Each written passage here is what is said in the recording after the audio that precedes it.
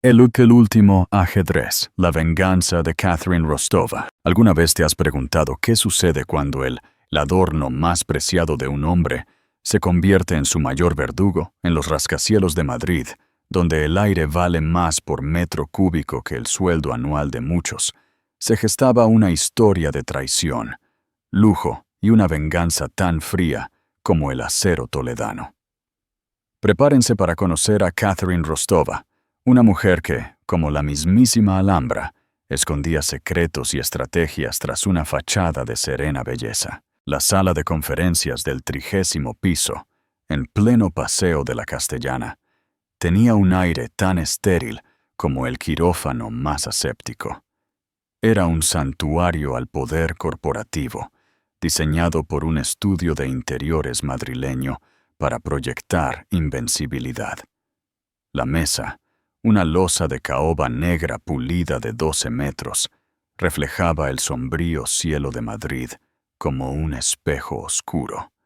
Las sillas, de cuero flexible cosido a mano. En las paredes, piezas de arte abstracto imponentes, un Goya moderno, obras que no estaban hechas para disfrutar, sino para poseer. Él empujó los papeles por la inmensa extensión de caoba. Su reloj Richard Mille, de 50.000 euros, destellando bajo la luz. «Firma, Catherine». Su voz era aburrida, una orden dada a un sirviente. Este era Marcus Thorne, el fundador de Thorne Capital, un gigante de capital privado conocido por sus tácticas de buitre implacables. Un hombre que no pedía. Dictaba. Sus abogados, una fila de trajes grises idénticos de Skadden Arps, observaban. Veían a una esposa trofeo a punto de ser desechada, pero no vieron su mano. Estaba firme. No vieron sus ojos. Estaban claros. Y ciertamente no vieron la sonrisa que asomó a sus labios mientras tomaba el bolígrafo. Catherine Brown, pronto a ser Catherine Rostova de nuevo, un apellido que no había usado en una década, se sentaba en un extremo. Se sentía increíblemente pequeña, pero había aprendido a proyectar. Hoy, no era la chica temblorosa que Marcus había descubierto. Llevaba un sencillo vestido tubo azul marino de The Row. Era elegante, anónimo, y lo más importante, lo había comprado ella misma con una de las pocas tarjetas de crédito que él no monitoreaba. Su cabello rubio, recogido en un moño severo. Ni una joya, salvo el delgado reloj de oro que le había dado su padre, el que Marcus siempre había intentado reemplazar con una baratija incrustada de diamantes de Cartier. En el otro extremo, flanqueado por su equipo legal, estaba Marcus Thorne. Marcus era un titán, o eso lo llamaban las revistas financieras. Guapo de una manera cruel y angular, su traje hecho a medida de Anderson & Shepard le quedaba como una segunda piel. Exudaba un aura de arrogancia tan profunda que parecía bajar la temperatura de la sala. Su abogado principal, David Cobray, socio senior de Wachtel, Lipton, Rosen & Katz, deslizó el acuerdo de divorcio final sobre la mesa. Cobray era el mejor, un hombre que no discutía leyes. Discutía apalancamiento. «Señora Thorne», comenzó Cobray, con su voz de barítono suave y cara. «Creemos que lo encontrará equitativo. De hecho, es significativamente más generoso de lo que dicta el acuerdo prenupcial». Catherine no lo miró. Sus ojos estaban fijos en Marcus. Él ya estaba revisando su teléfono, aburrido del procedimiento. Ya había pasado página. Su nueva novia, una modelo de 22 años, probablemente lo esperaba en el vestíbulo de su nuevo ático. «¿Equitativo?», repitió Catherine con voz suave. La palabra quedó suspendida en el aire. Cobray se aclaró la garganta, percibiendo un problema. «Un pago único de 5 millones de euros. el apartamento en el barrio de Salamanca y, por supuesto, el acuerdo de confidencialidad es absoluto y vinculante a perpetuidad en todos los universos conocidos y futuros. Casi sonrió ante su propio florecimiento legal. 5 millones de euros. Para cualquier otro, una fortuna. Para Marcus Thorne, era lo que encontraba entre los cojines de su sofá. Su propiedad principal en La Moraleja valía 80 millones de euros. La casa de playa en Marbella, 45 millones. El arte que ella estaba mirando, fácilmente 100 millones. Su patrimonio neto se estimaba en 12.400 millones de euros.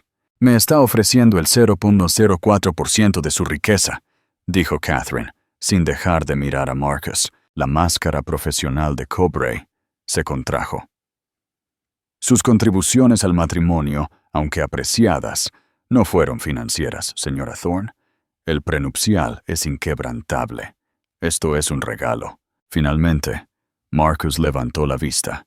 Sus ojos azules tan fríos como la torre de cristal en la que estaban sentados. «Firma, Catherine. No seas tediosa. Eras investigadora en Sotheby's cuando te conocí. Catalogabas la vida de otras personas. Yo te di una vida. Ahora, te la estoy quitando. Coge el dinero y vete». Ahí estaba. El desprecio. La crueldad casual que se había convertido en todo su mundo. Durante 10 años había sido su bonito y pequeño adorno. Él había elogiado su belleza, su gracia, en sus interminables galas en el Museo del Prado o el Thyssen, su habilidad para hablar 4 idiomas y encantar a sus inversores internacionales. Pero había descartado sistemáticamente su intelecto. Había olvidado que ella tenía un doble doctorado en Historia del Arte y Economía Forense por la Universidad de Salamanca. Había olvidado que para catalogar arte, primero hay que entender el valor. «Es una oferta generosa, Marcus», dijo ella.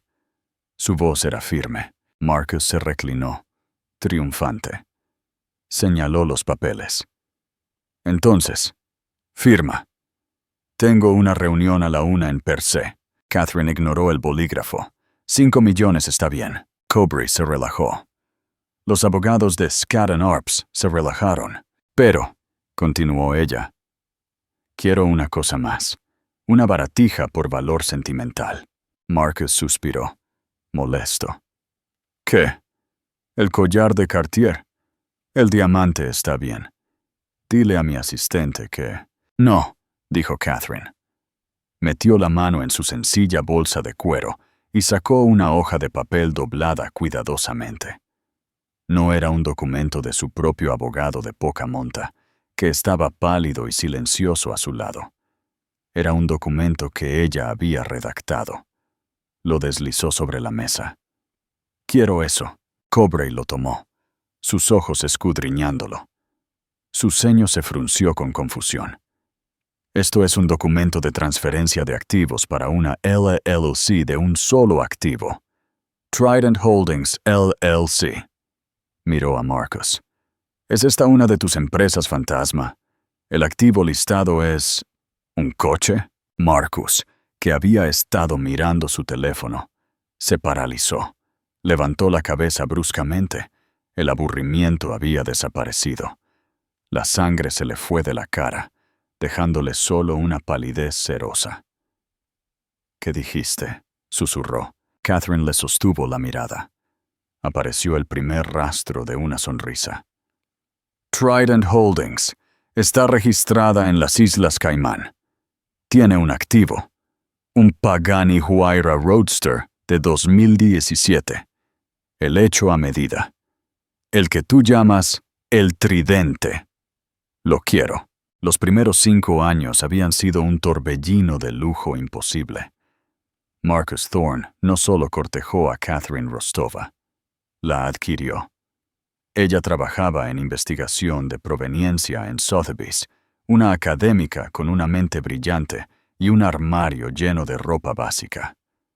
Él era una fuerza de la naturaleza, un cliente pujando por un Cézanne. La había invitado a cenar para discutir la pieza. Al postre, ya estaba discutiendo su futuro. Él la había arrastrado a un mundo de jets privados, viajes espontáneos al lago de Sanabria y asientos en primera fila en la Semana de la Moda de Milán. Le compró un nuevo guardarropa, le enseñó qué diseñadores usar, Loro Piana para el día, Oscar de la Renta para la noche, y qué artistas mencionar. Era inteligente, aprendía rápido. Se convirtió en la esposa Thorne perfecta. Pero la culpa comenzó a surgir. Marcus no era un compañero, era un curador. Curaba a sus amigos, su agenda, sus opiniones, su doctorado en economía. Adorable, lo había llamado. Pero ya no necesitas preocuparte por los números, cariño. Para eso tengo gente. La aisló. Sus amigos académicos se desvanecieron, intimidados por los guardias armados de la finca en la finca. Su familia, humilde y trabajadora, fue tratada como novedad y luego descartada. Estaba sola, rodeada de personal en un museo de casa de 3.000 metros cuadrados. La crueldad, al principio, fue sutil. La corregía delante de sus poderosos amigos. Catherine quería decir, comenzaba, interrumpiéndola. Socavaba su trabajo benéfico, cambiando su fundación elegida en el último minuto por una de su propia preferencia. Luego vino la infidelidad. Era tan casual y frecuente como sus operaciones bursátiles. Ella encontraba recibos de los bungalows del Hotel Ritz o un pendiente perdido, tan cliché, en el bolsillo de su smoking. Cuando lo confrontó por primera vez, él ni siquiera lo negó. «Catherine, no seas provinciana», se había burlado, ajustándose la corbata. «Soy un hombre de apetitos significativos. No significa nada. Es solo fricción. Tú eres mi esposa. Eso es una posición, un título. Compórtate en consecuencia». Ella se había destrozado. Pasó semanas y días llorando en una casa tan grande que nadie podía oírla. Consideró irse. Incluso se reunió con un abogado, una mujer amable que, al ver el acuerdo prenupcial, palideció. «Catherine», había dicho el abogado suavemente, «esto fue redactado por Wachtel. No es un prenupcial, es una declaración de rendición incondicional. Él lo diseñó para dejarte sin nada. Sus activos están bloqueados en una red bizantina de fideicomisos offshore y TDLLCs que están completamente aislados de las reclamaciones matrimoniales. La cláusula de infidelidad, en realidad, está invertida. Establece que cualquier perturbación emocional o escándalo público causado por ti anularía tu acuerdo. Si montas una escena, obtendrás 0. Te quedas con tu ropa. Y eso es todo. Catherine había regresado a la prisión de la finca. Estaba atrapada, derrotada. El punto de inflexión no llegó con un estruendo. Llegó un martes. Supuestamente, Marcus estaba en Hong Kong. Catherine estaba en la biblioteca tratando de leer cuando escuchó una risa familiar desde la casa de la piscina. Una risa femenina aguda. Caminó por el césped impecablemente cuidado. Las luces estaban encendidas.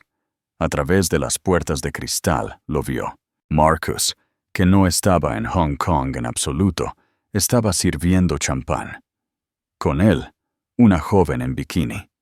Era su prima, Anya, de 19 años, a quien ella le había pagado el viaje desde Europa para que probara la buena vida, para ayudarla con las solicitudes universitarias.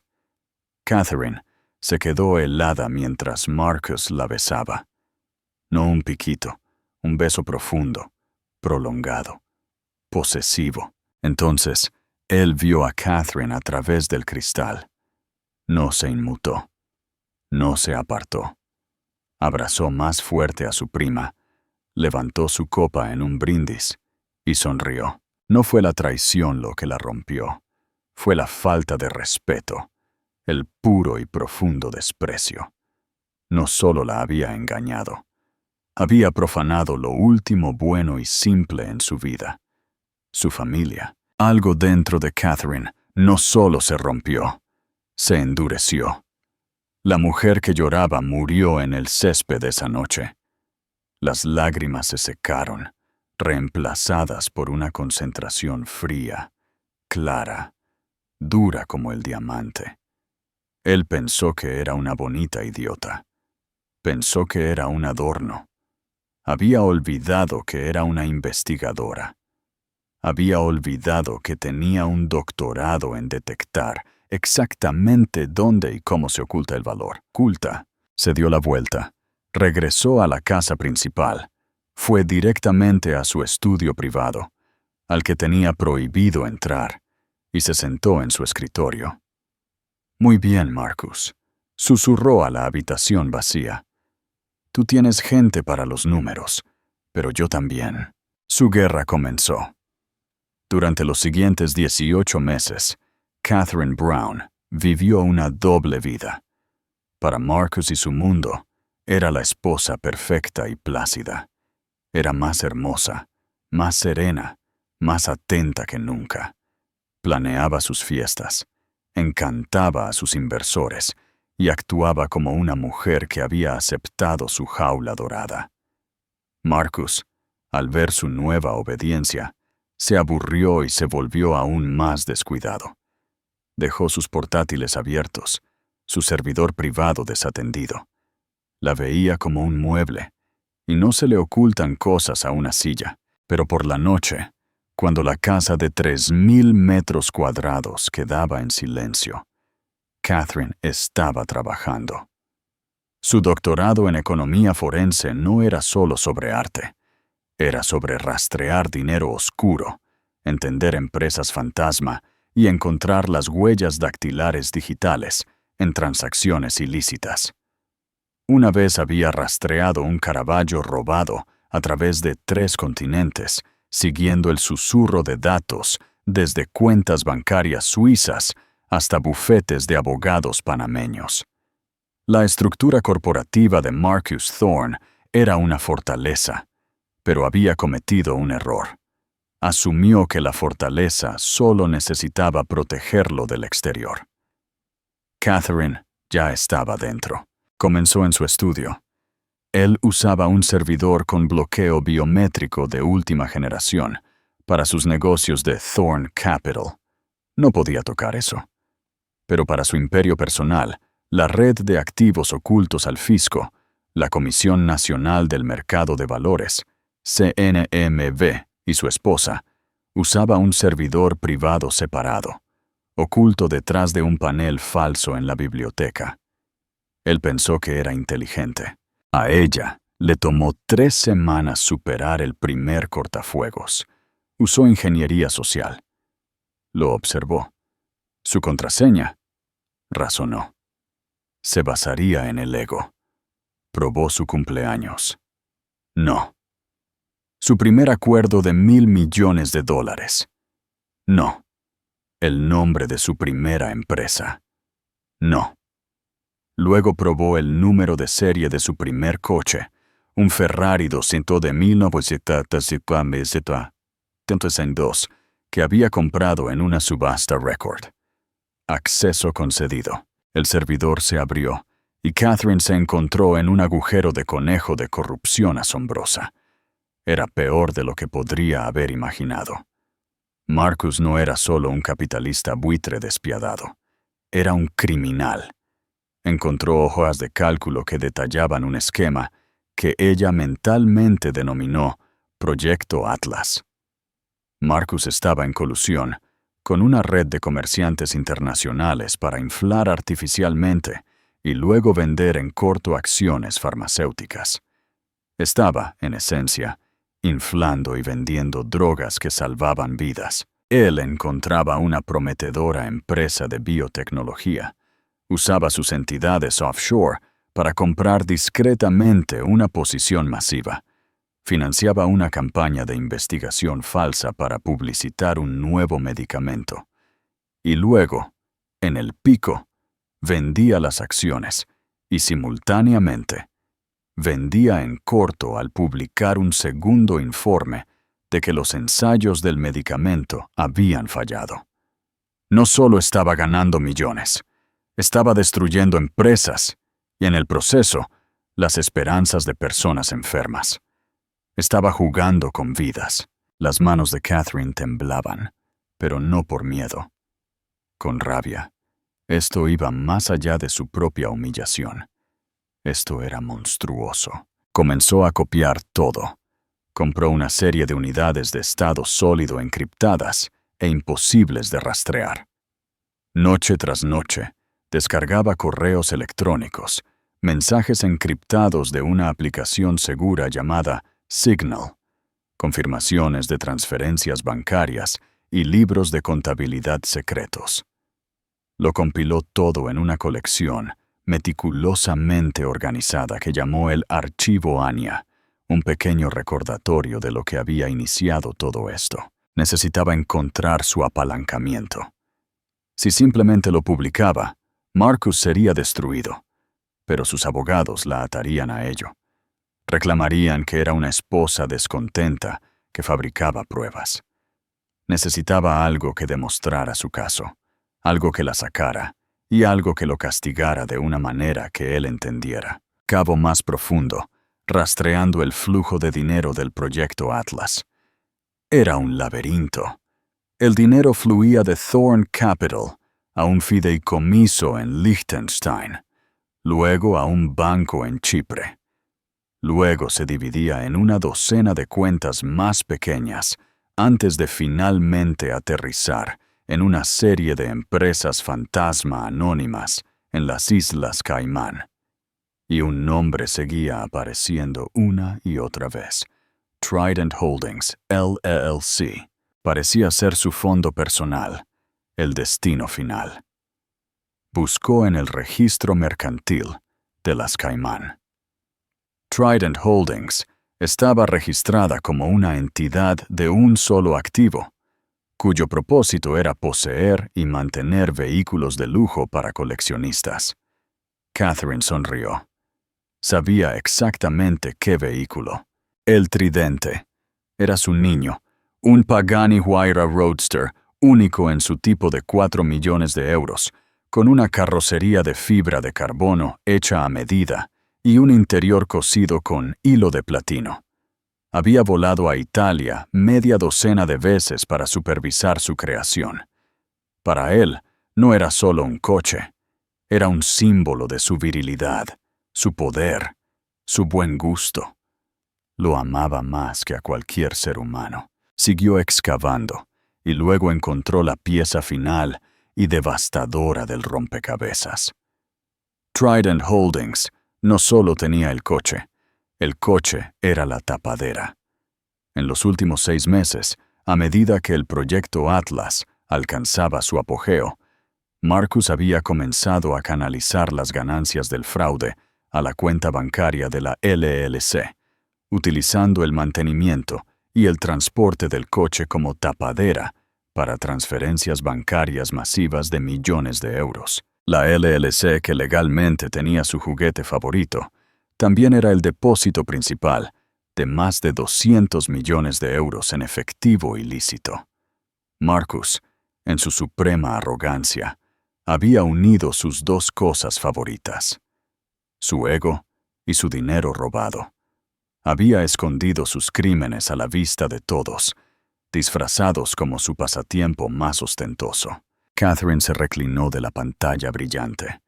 El sol salía sobre la finca de la finca, pintando el cielo en tonos de rosa y oro. Lo tenía a él. No solo tenía apalancamiento para un divorcio, tenía una bomba nuclear. La pregunta era cómo usarla. No solo quería dinero. Había visto lo que hacía el dinero. Quería justicia. Y quería ver la expresión de su cara cuando el adorno que él había despreciado desmantelara todo su mundo. Cerró el portátil, subió las escaleras y se acostó junto a su marido dormido. No durmió. Simplemente se quedó allí, observándolo, y por primera vez en una década, sonrió. El silencio en la sala de conferencias de Wachtell Lipton ya no era estéril. Era tóxico. Se extendió durante 10 segundos, luego 20. David Cobry, el imperturbable tiburón legal, miraba el documento de transferencia de activos de una página como si estuviera escrito en sumerio antiguo. Trident Holdings, repitió Cobry, su mente legal a toda velocidad, tratando de encontrar la trampa. Señor Thorne, ¿qué es este activo? No está en el balance matrimonial que usted proporcionó. Marcus Thorne estaba rígido. Su rostro era una máscara de furia cortés. Había construido un imperio sobre el principio de nunca ser sorprendido. Y su esposa, su trofeo, acababa de cegarlo en una sala llena de sus propios abogados multimillonarios. Es una sociedad holding, dijo Marcus, su voz peligrosamente baja. Una baratija, como ella dijo. Contiene un coche. ¿Un coche? Cobry pareció aliviado. Solo un coche, señora Thorne. Señor Thorne, podemos asignar fácilmente un valor al vehículo y añadirlo a su acuerdo. Un Pagani de 2017. Digamos, 3.5 millones de euros. Valor de mercado generoso. Ya estaba buscando su bolígrafo para modificar el documento principal. No, dijo Catherine, su voz aún tranquila, pero ahora cortaba la sala como un bisturí. No quiero el valor. Quiero la LLC. Quiero el activo. Cobry se detuvo. Esto era irregular. Así no se hace esto. Transferir una entidad offshore es complejo. Es una pesadilla fiscal. No tiene sentido. ¿Por qué querría usted la empresa? Simplemente coja el coche. Porque me gusta el nombre, dijo Catherine a la ligera. Marcus se rompió. Deja de jugar, Catherine. ¿Qué quieres? Te lo dije, dijo ella, mirándolo directamente a los ojos. Quiero Trident Holdings. Tú firmas ese papel. Yo firmo estos. Es así de simple. Cobry miró a su cliente.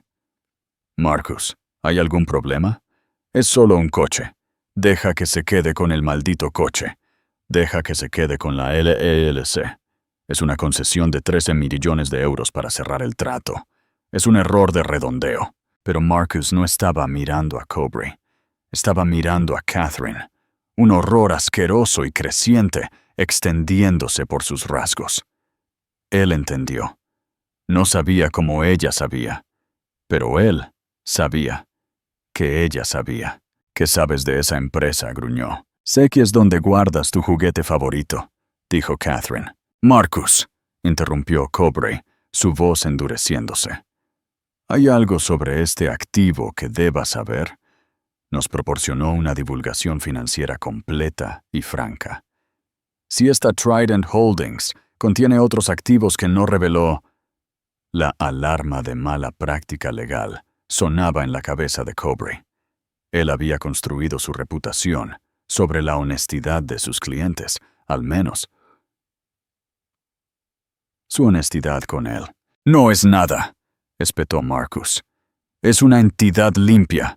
Contiene el coche. Eso es todo. Estaba mintiendo, y era un mentiroso terrible. Nunca había tenido que ser bueno en ello. Por lo general, simplemente se abría paso a la fuerza.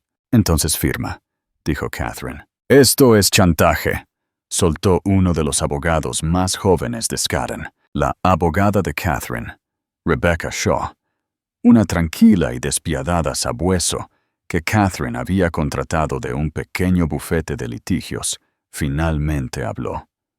No es chantaje, colega, dijo Rebecca, su voz nítida. Es una contraoferta. Mi cliente está dispuesta a renunciar a todas las reclamaciones sobre un patrimonio de miles de millones de euros a cambio de esta única e inútil LLC. Una LLC que usted acaba de confirmar oficialmente que no contiene más que un vehículo que se deprecia. Yo diría que ese es el trato del siglo para el señor Thorne. La trampa estaba tendida. Era perfecta.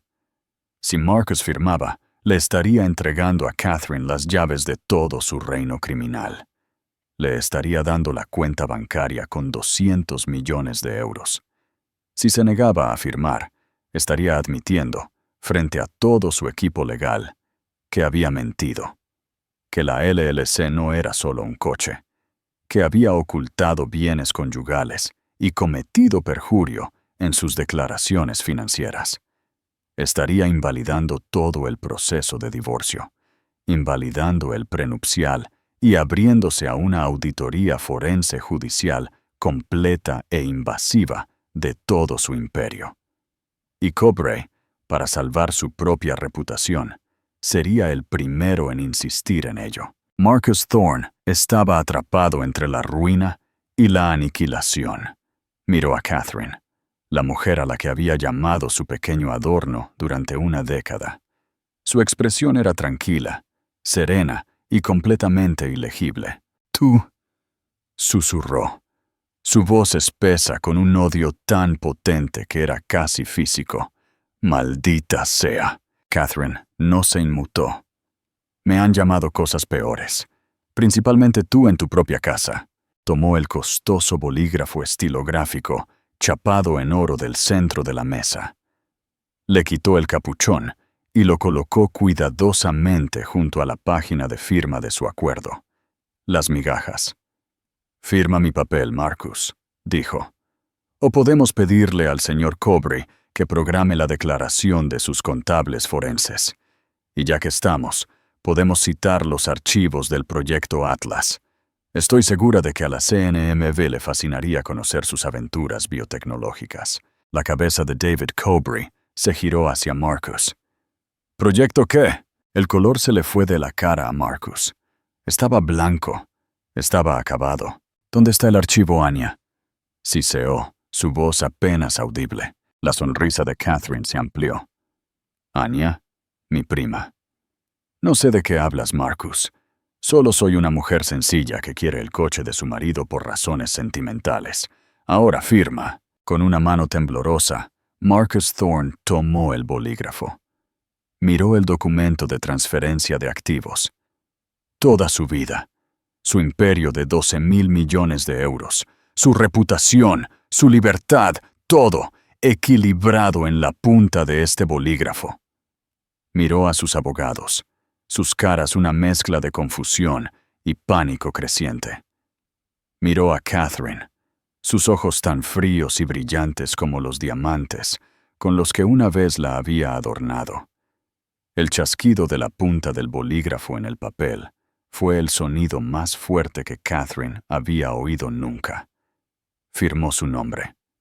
Marcus A. Thorne. La firma era irregular, furiosa, una herida en la página. Tiró el bolígrafo. Se deslizó por la caoba y cayó al suelo. Catherine tomó tranquilamente el traspaso firmado, revisó la firma y se lo entregó a su abogada, Rebecca, quien lo guardó en un maletín con un chasquido profesional silencioso. Luego Catherine recogió el bolígrafo estilográfico del suelo, tomó el acuerdo de divorcio y firmó su nombre. Catherine Brown Rostova. Empujó la pila de papeles hacia David Cobre.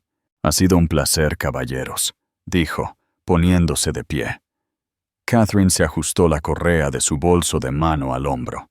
Ella y Rebecca Shaw comenzaron a caminar hacia la puerta.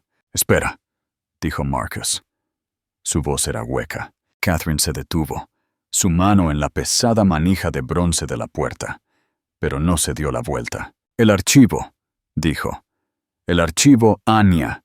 Dámelo». Ahora. Teníamos un trato. Catherine se giró lentamente. Lo miró.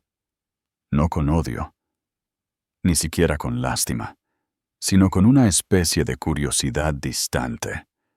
La forma en que un científico podría mirar una muestra en un frasco. «¿Qué archivo, Marcus?» el de las transferencias bancarias a Chipre, los registros encriptados de Signal con tus socios comerciales en Singapur, las hojas de cálculo que detallan la estafa de inflar y vender del proyecto Atlas, el que tiene el archivo de audio tuyo al teléfono con el senador García, prometiéndole una muy generosa donación a cambio de que paralizara la investigación del Ministerio de Sanidad. Ese archivo, David Cobray, parecía que iba a vomitar físicamente. Ya se estaba alejando de Marcus como si fuera un portador de la peste. «Marcus, ¿qué tiene ella? ¿Qué has hecho?» Marcus lo ignoró, sus ojos fijos en Catherine. «¡Dámelo!» «Oh, Marcus», dijo Catherine, y se echó a reír. No era un sonido feliz, era un sonido de liberación pura y sin adulterar.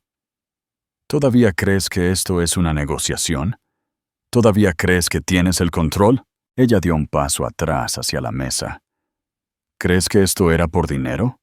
¿Crees que pasé por todo esto solo por 200 millones de euros? Viví en tu casa durante 10 años, Marcus.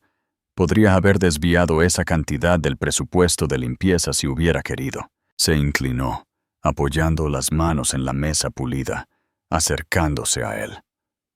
«Esto», dijo, bajando la voz a un susurro, «era por justicia.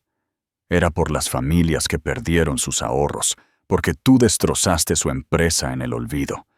Era por los pacientes que murieron esperando un medicamento que tú destruiste para un día de pago. Era por mí, la pequeña y encantadora idiota que humillaste durante una década. Y era por mi prima de 19 años, cuya vida intentaste arruinar solo para fastidiarme. El archivo», ahogó. «El archivo». Catherine se enderezó. «El archivo Anya fue entregado por mensajero seguro a 2 lugares hace 4 horas. En el momento en que mi abogada confirmó tu transferencia bancaria por el acuerdo inicial de 5 millones de euros, las migajas estaba en depósito. Los paquetes fueron enviados». Los ojos de Marcus se abrieron con puro terror incomprensible. «Una copia», continuó Catherine, haciendo un tic con un dedo. «Fue para la CNMV, a la División de Cumplimiento. Creo que estarán muy interesados en el proyecto Atlas. Incluso incluí un útil diagrama de flujo». Hizo un tic con un segundo dedo. «Y la segunda copia, la que tiene los detalles realmente jugosos sobre el senador García y las contribuciones ilegales a la campaña, esa fue a la Fiscalía de la Audiencia Nacional. No estoy segura de quién lo está manejando, pero el nombre de Manuel Moek me viene a la mente. Tiene una reputación maravillosa para tratar con la corrupción de Wall Street». Marcus Thorne dejó de respirar. Ya no era un multimillonario. Era un hombre en una jaula, y los barrotes acababan de cerrarse de golpe. «Tú», no podía formar las palabras. «Lo que acabas de firmar», dijo Catherine, señalando el papel en el maletín de Rebecca. «No fue un trato. No fue chantaje. Fue un regalo de despedida. Verás, sabía que los federales eventualmente congelarían todos tus activos. Todos ellos. Las casas, el arte, las cuentas bancarias y esos 200 millones de euros en la LLC Trident. Eso es evidencia. Ya no está. Lo confiscarán por la mañana». Ella sonrió. Esa sonrisa devastadora, regresando con toda su fuerza. «Pero no son una empresa de embargos. No les importa el coche. Y como tan amablemente me cediste la LELC y acabo de presentar la transferencia de título en el registro de las Caimán a través del portal encriptado de mi abogada, el Pagani es mío. Lo único de valor que te queda en el mundo que los federales no conseguirán». Lo había hecho. Había quemado todo su corrupto imperio hasta los cimientos. Le había quitado todo. Su dinero, su libertad, su reputación. Y a cambio, le había dejado un acuerdo de divorcio de 5 millones de euros. Y se había llevado su juguete favorito. «Estás arruinado, Marcus», dijo simplemente. «Solo eres el último en saberlo. Se dio la vuelta y salió de la sala de conferencias. Rebecca Shaw la siguió, cerrando suavemente la puerta tras ellas, dejando a Marcus Thorne solo en su torre de cristal, con sus abogados en pánico de 2.000 euros la hora, escuchando el sonido distante y cada vez más cercano de las sirenas. El viaje en ascensor, desde el piso 30, fue un vacío. La silenciosa caja con paneles de madera descendió y Catherine sintió el cambio de presión no solo en sus oídos, sino en su propia alma. La sala de conferencias del piso 30, con su silencio tóxico y presurizado de egos en guerra, había sido un campo de batalla. Este ascensor era una cámara de descompresión. A su lado, Rebecca Shaw estaba completamente inmóvil, su mirada fija en los números brillantes que descendían. Su rostro, que había sido una máscara de acero fiscalista arriba, ahora estaba pálido, la adrenalina desapareciendo, dejando solo un asombro profundo y vibrante. Las puertas sonaron suavemente, un sonido cortés y casi cómico después de la magnitud de lo que acababa de suceder. Se abrieron al vasto y cavernoso vestíbulo de la torre de la calle 51. Era una catedral de mármol con vetas grises y altísimos ficus sin vida. Hombres y mujeres con trajes caros pasaban apresurados, con los ojos pegados a sus teléfonos, sus mentes en negocios y reuniones, ajenos al hecho de que uno de sus dioses acababa de ser derribado del cielo. Catherine y Rebecca caminaron al unísono, sus tacones haciendo un ritmo nítido y constante sobre la piedra pulida. Se detuvieron cerca de las puertas giratorias, una pequeña isla de quietud en la corriente apresurada de las altas finanzas. «Bueno», dijo Rebecca en voz baja. Se ajustó el pesado maletín de cuero que contenía la pieza de papel más cara de Madrid. Eso fue, buscó la palabra, bíblico. He visto adquisiciones hostiles. He visto ataques corporativos. Lo que acabas de hacer, señorita Rostova, eso fue un cambio de régimen. Fuiste esencial, Rebecca. Nunca te inmutaste, dijo Catherine, volviéndose hacia ella. Rebecca asintió brevemente. El profesionalismo había regresado, un escudo encajado en su lugar. A partir de este momento, nuestro privilegio abogado-cliente es una fortaleza. Pero voy a mi oficina. Voy a tomar cada pieza de comunicación digital y física que hayamos compartido, y voy a hacer que sea incinerada profesionalmente.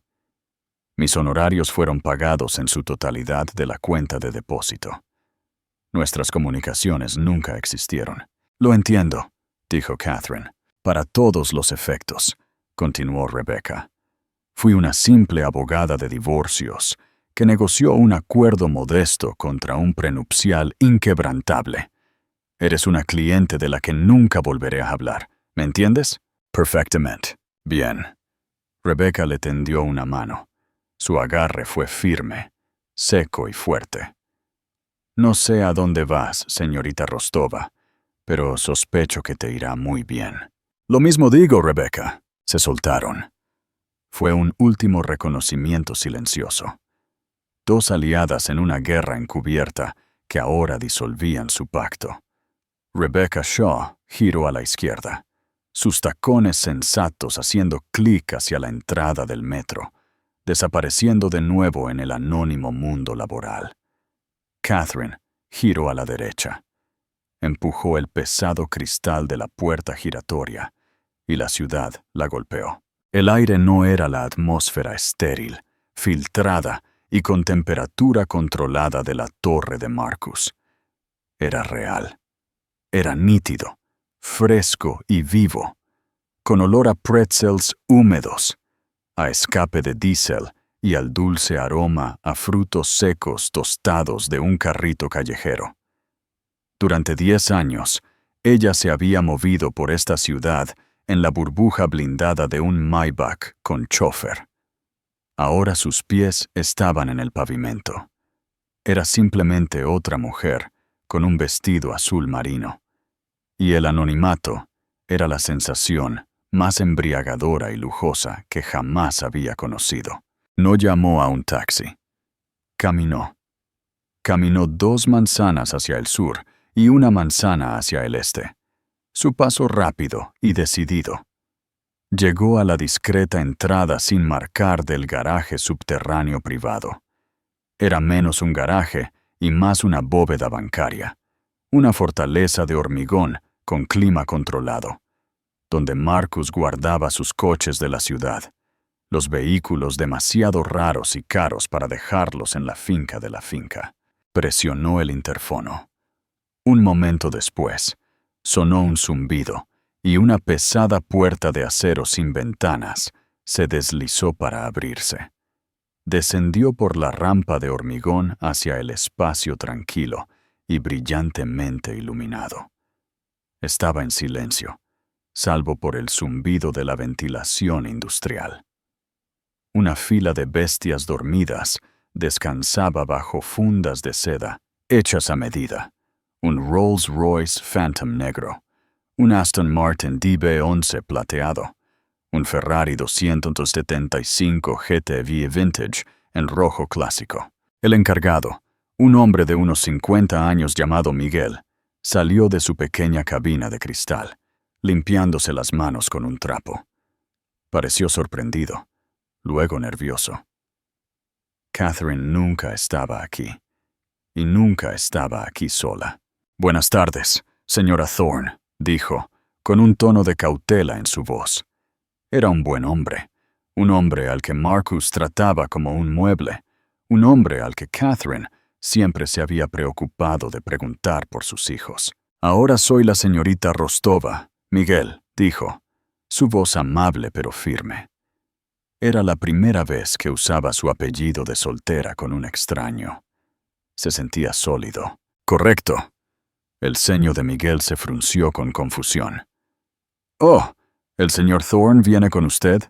Él no ha llamado». «No, no viene», dijo Catherine.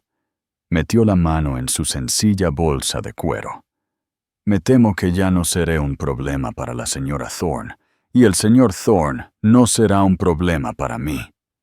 Sacó el único mando a distancia que había tomado del cajón del escritorio de Marcus 3 meses antes, el que él había pasado una semana enfurecido, culpando al personal idiota por perderlo, y sacó el documento de transferencia de activos notariado y doblado. «Me llevaré el tridente hoy, Miguel, permanentemente». Los ojos de Miguel se abrieron de par en par, con un miedo genuino y repentino. Retrocedió físicamente. «Señorita Rostova, yo no puedo. Por favor, usted conoce la regla. El señor Thorne, él... Nadie puede tocar ese coche. Me costaría el trabajo. Él... Por favor». «No puede», dijo Catherine suavemente. «Ya no tiene autoridad sobre este garaje. Ya no tiene autoridad sobre ti. Y ya no tiene autoridad sobre mí». Ella no discutió. No suplicó. Simplemente desdobló el documento y lo extendió. Miguel dudó. Luego lo tomó. Era un hombre que aparcaba coches, pero vivía en un mundo de poder. Puede que no entendiera las complejidades legales de Trident Holdings LLC, pero supo 2 cosas al instante.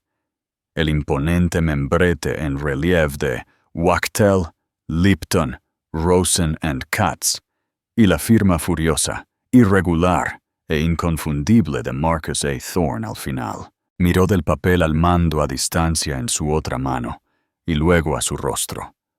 Vio su mirada tranquila y firme. Recordó la cantidad de veces que había tenido que limpiar copas de champán y lápiz labial manchado del Maybach. Recordó la forma en que el señor Thorne le había hablado a esta mujer, un tono de desprecio casual y brutal que siempre hacía que Miguel se encogiera. La dinámica de poder de todo su mundo acababa de invertirse. Una sonrisa lenta y cómplice se extendió por su rostro.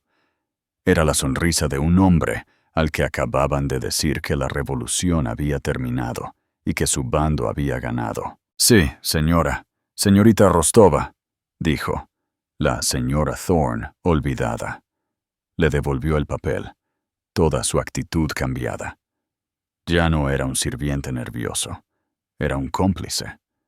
«Lo traeré enseguida. Está en la bahía climatizada». Se apresuró, no al piso principal, sino a una pesada puerta de acero aislada en el otro extremo del garaje, que abrió con una llave separada. La puerta se abrió con un silbido, revelando una habitación más pequeña y privada. Catherine esperó. Un momento después, lo escuchó. No era el ronroneo cortés de una berlina de lujo. Era un rugido profundo, gutural y enojado. El sonido de una bestia enjaulada despertando. El Pagani Huayra Roadster salió de la bahía.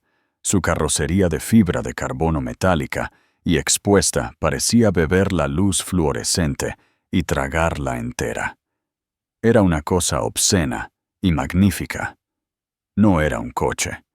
Era una declaración de profunda arrogancia de 4 millones de euros, una escultura de aerodinámica y ego.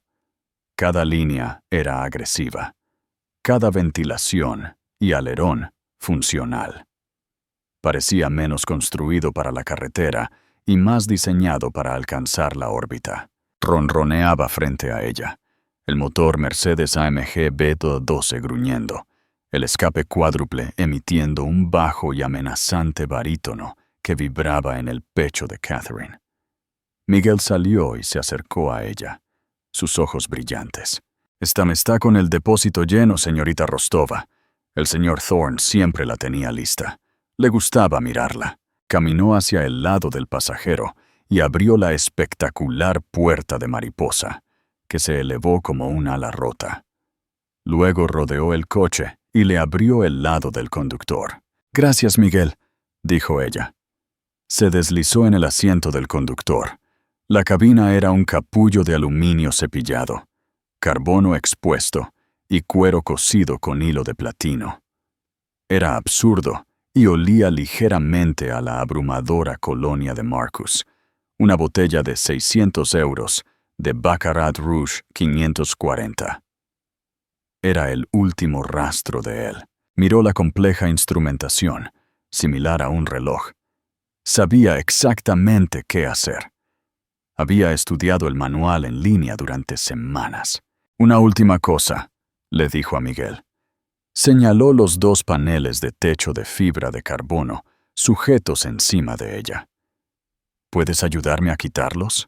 La sonrisa de Miguel se amplió. «Sí, señora». Juntos, desengancharon los 2 paneles ligeros. Catherine no conduciría esto en una burbuja sellada. Iba a sentir el viento. Los guardaron ordenadamente en el compartimento delantero. El coche ahora era un puro roadster descapotable. Catherine se sentó de nuevo, sus manos agarrando el volante esculpido. Se puso unas sencillas gafas de sol Ray-Ban negras, las que Marcus odiaba, las que él llamaba comunes.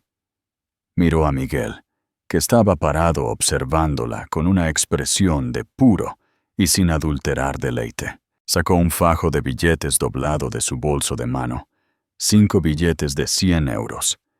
«Para tu familia, Miguel, y por tu silencio». «Gracias». Él tomó el dinero, sus ojos muy abiertos, y se lo guardó en el bolsillo. «Buena suerte, señorita Rostova», dijo con voz sincera. «Conduzca con cuidado. Tiene mucho punch». «Oh, lo sé», dijo Catherine. «Cuento con ello». Su pie, con su sencillo tacón azul marino, tocó el acelerador. No lo presionó. Solo lo golpeó. El motor gritó. No fue un rugido. Fue un chillido, una explosión de sonido primario y violento que rebotó en las paredes de hormigón, haciendo vibrar las luminarias. Era el sonido de 12 cilindros y 4 millones de euros de rabia desatada. Catherine sonrió un poco. Metió la marcha. La transmisión hizo un clic, un sonido mecánico sólido. Lentamente, deliberadamente, soltó el freno y el coche comenzó a rodar. La fibra de carbono desnuda, deslizándose sobre el hormigón liso. Se dirigió hacia la rampa de salida, el cuadrado brillante e implacable de la luz del día, esperándola en la cima. Estaba ascendiendo de la tumba. El Pal Pagani subió la empinada rampa de hormigón, la nota de su motor V12 gruñendo comprimiéndose en el estrecho túnel antes de explotar hacia afuera. Un grito de guerra desafiante lanzado contra el cielo de la tarde. El coche irrumpió en la calle 51, un borrón de fibra de carbono desnuda, emergiendo en un mar de taxis amarillos y coches negros. La transición fue brusca. De la fría y silenciosa tumba del garaje subterráneo, se vio lanzada al asalto sensorial completo del centro de Manhattan. El sol era cegador, reflejándose en los cañones de cristal de los rascacielos circundantes. El aire, ahora que el techo estaba quitado, se precipitó sobre ella llevando la caótica sinfonía de la ciudad. Bocinas sonando, una sirena distante, el retumbar de un autobús que pasaba. Pero el motor del Pagani, incluso a casi ralentí, lo ahogaba todo. Un zumbido profundo y amenazante que era un centro de gravedad propio. Los peatones se quedaron inmóviles, las cabezas se giraron, las conversaciones se detuvieron a mitad de frase. La gente en la acera buscaba sus teléfonos, sus rostros una mezcla de asombro e incredulidad, tratando de capturar la nave espacial de €1.000.000 que acababa de materializarse en su mundo. Catherine no pisó a fondo, no chirrió los neumáticos. Condujo con la misma precisión fría y perfecta que había usado para desmantelar su vida. Sus manos estaban firmes en el volante de fibra de carbono. Introdujo el coche en el flujo del tráfico, el motor gruñendo una presencia física constante a su espalda. Navegó por el tráfico transversal, un tiburón deslizándose a través de un banco de peces pequeños. Condujo una manzana y giró hacia la avenida del Parque. Se detuvo en el semáforo en rojo en la calle 52. La luz era larga, y justo al otro lado de la intersección estaba la torre. Sus ojos se levantaron de la carretera a la reluciente fachada de cristal oscuro de la sede de Marcus. Miró más allá del piso 10, más allá del 20, hasta la sala de conferencias del piso 30. Su ventana, la que miraba al sur, por el magnífico cañón de la avenida del Parque. Sabía que él estaría allí. Era una criatura de ego, y su ego le habría exigido que observara. Sería incapaz de comprender su propia derrota, atraído a la ventana como una polilla a una llama, necesitando ver la imposible realidad de su adorno alejándose con su premio. Y allí estaba él, una pequeña silueta oscura, rígida e inmóvil, pegada al cristal. Incluso desde 30 pisos de altura, ella podía sentir la rabia. Era una cosa palpable y palpitante, una energía oscura que irradiaba de la torre, un grito primario silencioso de un rey que acababa de ser jaque mate por un peón. Estaba atrapado en su caja de cristal, su imperio colapsando a su alrededor, sus abogados probablemente ya gritándose unos a otros sobre mala praxis y divulgación completa. Era un prisionero viendo su libertad alejarse. Catherine se sentó en la cabina abierta, su rostro vuelto hacia el suyo. Estaba expuesta al aire, a la ciudad, a él. No se escondió. Quería que la viera tranquila, que la viera al volante de lo único que amaba, el símbolo de 4 millones de euros de su poder ilícito, el mismo activo que había intentado ocultar. La luz se puso verde. Catherine no volvió a mirarlo. Miró hacia adelante. Pisó el acelerador. El Pagani saltó. No aceleró. Detonó. El motor de 70 caballos de fuerza gritó. Los neumáticos traseros mordieron el asfalto, y la fuerza del lanzamiento la pegó al asiento de cuero. El sonido fue un glorioso y desafiante chillido que desgarró el cortés zumbido de la avenida del parque. Un sonido de poder puro y sin adulterar. Era el sonido de su poder, ahora suyo, y ella lo estaba usando para dejarlo atrás para siempre. Salió disparada por la avenida, zigzagueando entre el tráfico con la precisión de un economista. Calle 51, calle 50, calle 49. En el pequeño y vibrante espejo retrovisor lateral, vislumbró su propio reflejo.